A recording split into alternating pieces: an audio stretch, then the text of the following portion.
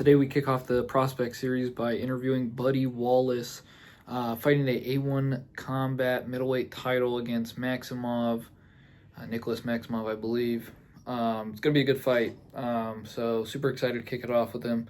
He has UFC dreams, and coming back to the Contender Series sometime this year, so it was really interesting to talk to him, so please enjoy the interview. See ya. How are you doing? I'm good. How are you? We are good. We're good. Right So, on. just want to get, straight off, A1 Combat, co-main event against Maximov. How are you feeling going into this fight? I feel good, man. Been training hard for this. We were supposed to fight in December, so got pushed a little bit. So extra time to train, extra time to get better. So I'm feeling good right now. Perfect. Absolutely. And, Maximov's a guy who's been in the UFC, and, you've been on that same level on the Contender Series. You fought in Bellator. How is your camp been going? What's your mindset going into this one? It's been good, man. I feel it's hard sometimes. I felt like I've earned my shot plenty of times in the past, but I feel like if I'm able to beat this guy and beat him in fashion, it's like what else do I need to prove to the UFC to get that shot? So I'm feeling like this could be a big one for me. 100%. Absolutely. Andrew, going up. I just have a question. Just about your name, Buddy Wallace. Where does Buddy come from? And where does So, Braveheart come from too? Yeah. Braveheart, all my family on my father's side, the Wallace side of the family, they came from Tennessee area. And I'm not sure how good my research is, but I heard that descendants of the Wallace clan ended up in the Tennessee area when they migrated to America. So I feel like I might have some of that Braveheart blood in me, and Buddy's just a nickname that I grew up having because I'm a Randall Jr. and my dad named my oldest sister Randy with an I. So we already had two Randys in the family. They needed a nickname for me, and Buddy's what stuck. Absolutely. Love to hear that. Yeah. Great to know, the personal, backstory of things. I love to hear where nicknames come from too. It's just amazing. Yeah. You see, people out there with, the most intricate nicknames. Yeah. Just What's know where they come funny? from. What's funny is they made the Chucky movies, that little doll. They made fun of My Buddy doll. And when I was like 3 years old, I had My Buddy doll. So that's actually where the name came from. It's Wow. the little doll that they made into Chucky. Yeah, Nice. that's funny. Yeah. Chucky was creeping me out. A little dog in front Oh of me. yeah. Yeah, for sure. And when we start to talk about 2026, you obviously have this one to open up the year. And you say a win here could break things open for, possibly a UFC run. Do you think that we could see you within the UFC or the Contender Series possibly this year? I'm hoping so. If not, I'll keep grinding on the local circuits. I'll defend my belt if I have to. But I've been training with Anthony Fluffy Hernandez, Max Griffin, Ryan Loader, all these UFC guys that they've been helping me prepare, and hopefully that leads to bigger things. 100%. You've experienced so much within this game, going through different promotions and, fighting all of these different names. And, you fought some UFC guys in the past, obviously. Yeah. At 36, you've seen so much of this game. What's the next legacy moment? Obviously, a belt here that you're chasing. What's the end goal for you?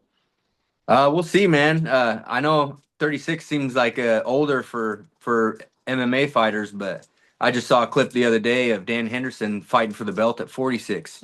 So I'm not really putting a set number on when I want to stop. I just want to keep fighting as long as I can. Like I say, my short term goal right now is to get to 50 fights, and we'll see where that gets me. So we'll just keep riding it as long as I can. 100%. Absolutely. Especially with the age thing. You have Bobby Green, Jared Cannonier, Tony Ferguson. He's a boxing champion now with a Right. defense under his belt. Yeah. All these guys out there who are 40 something. It's crazy to see. Age doesn't affect some people, and it's Right. crazy to see that. Yeah, and I've been in the gym since I was 22. I try to tell people the fountain of youth is training your ass off and soaking shirts full of sweat. So that's what I've been doing since then. So I'm hoping that I could do it for a while still. Oh yeah, and champions too. Volk, 38, just got his Right. belt back. Right. Um, 100%. that leads me into this question. Everyone talks about, highlight statement, highlight finishes, highlight moments. What's a highlight moment for you, and what do you think you can show in your next up and coming fight that will turn into a highlight for you? Um, highlight moment. It's hard to say, man. This is gonna be my ninth title fight in my career. So I've been fighting title fights, been doing this stuff. I'm more of the guy that enjoys that daily grind, just constantly progressing, getting better. I feel like in a lot of my fights, I still haven't even shown what I'm really capable of, and I've been learning some cool stuff with Fluffy and those guys. So if I could listen to them and keep up with their mindset and their game planning, you guys are gonna see the best version of me yet for sure. Absolutely. 100%. And as we look forward to this co-main event, you're under Uriah Faber on the card, which is pretty cool. Obviously, you get to fight in his promotion. I think he's doing a grappling match. Is that what it was? Yeah, it's the combat jujitsu where they could slap too. Okay, okay, So there's okay. still potential Yeah. for a knockout. Oh yeah, just power slap him right into Yeah. a knockout. I've seen some nasty palm strikes in it too. Yeah, yeah. Yeah. When fans, maybe don't know A1 yet, or what can they look forward to in your fight? What is your message for the fans going into this one? Tune in because I really don't even focus on winning anymore. I just want to be exciting and I want people to enjoy watching me fight, So win or lose, I'm gonna put everything I have into this and do my best to make sure it's not a boring fight. 100%. And I mean, this is another. You said 9 title fights. This is the usual for you at this point. Yeah. You're starting to make. Do you feel like the UFC's kind of overlooking you? You've had 9 title fights on a pretty big. You're in a big promotion. You've been in big promotions before. Do you feel that they're Ton of them kind of just too. yeah? Do you feel that they're kind of just overlooking you a little bit? I used to get worked up about it and stuff, but at this point I understand, I'm from a small town. They're a business. Um, I don't think they're overlooking me. I just think I haven't been seen yet. And that's what my goal, just keep winning, keep doing it in fashion and become undeniable rather than having a pity party and saying poor me. I'm just going to keep grinding and I know it'll come. 100%. I mean, Love that mentality. that's all it's gonna take, because you've been in the game for so long that you're just gonna keep winning fights. And a win Yeah. here against a UFC guy that used to be in it, you've done it before. And if you put on an entertaining fight, I think that we could see possibly a contender series fight, and some more of that and into the UFC, and hopefully get your run started there. So Yeah. I'm really excited to see this main event or co-main event. Sorry, basically the MMA main event. Come on, Yeah. yeah, Yeah. for another title. You got a lot more to give to the sport, so I'm super excited to watch. So Thanks, bro. it's gonna be Yeah, I'm great. excited too. Andrew, you got I'm hoping too that I will.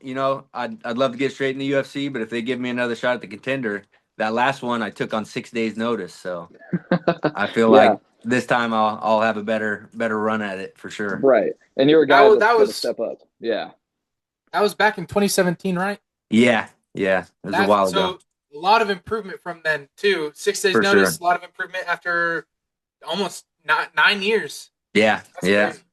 yeah. So looking at your like your history of your resume and stuff, it looks like A1 you've been with them for probably the most events. Looking back at your entirety of career, all these events you fought in under, or promotions you fought in under and competed under, what one would you say has been your favorite so far and treated you the best? I'd have to say A1 is up there. Bellator was a cool experience too. I kind of jumped in on that short notice too with stepping up against the Dagestani guy that was undefeated. So I feel like they knew that what kind of situation they were putting me into, but they were still took good care of me and it was cool. So I'm happy to be back at A1. I'm 3-0 with them and I love fighting in my home state. I feel like there's gonna be a lot of people here to support me for this one, so I'm real excited about it. for sure, for sure. And I only got a few more for you here. Don't want to take up too much of your time. You've been grinding MMA for since you said 22, right? Yeah. 22 years old. If you could go back through all the fights, and you could talk to yourself right before your first fight, what would you tell yourself? I'd probably say just do what you're doing. Don't change much, because every loss, you learn so much, and this ain't boxing where you got to stay undefeated. It's all about your next fight. That's what I always focus on. Is it's always the next one, win or lose. I gotta worry about what's next. So I would just tell them, do your thing, keep grinding, and hard work is gonna pay off one day. 100%. And, I asked this, since we're starting the Prospect Series, you're the first guy on it. It's been great. For, the people, casual fans who are not watching the regional or, regional scene, if you could introduce yourself to these fans, what would you explain to yourself as a fighter to them? I would tell the fans, sometimes world-class training comes right out of small towns. I'm from California, but I'm in between Fresno and Sacramento, so it's a really small town area that gets overlooked. But we have a lot of athletes that go to the Midwest and play football, do sports. That's what I did as well before I started fighting. So I would just tell them, keep an eye out, because you never know. Never know when the next superstar is out there. 100%. Andrew, you got anything else? Yeah. I have some things just about more promotion stuff.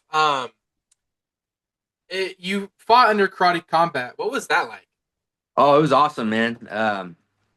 It was cool. It felt like a street fight almost. They cleared out this parking garage in Miami and just threw the little the pit in there, and had minimal fans. It was invite only kind of. So it was fun, and getting to fight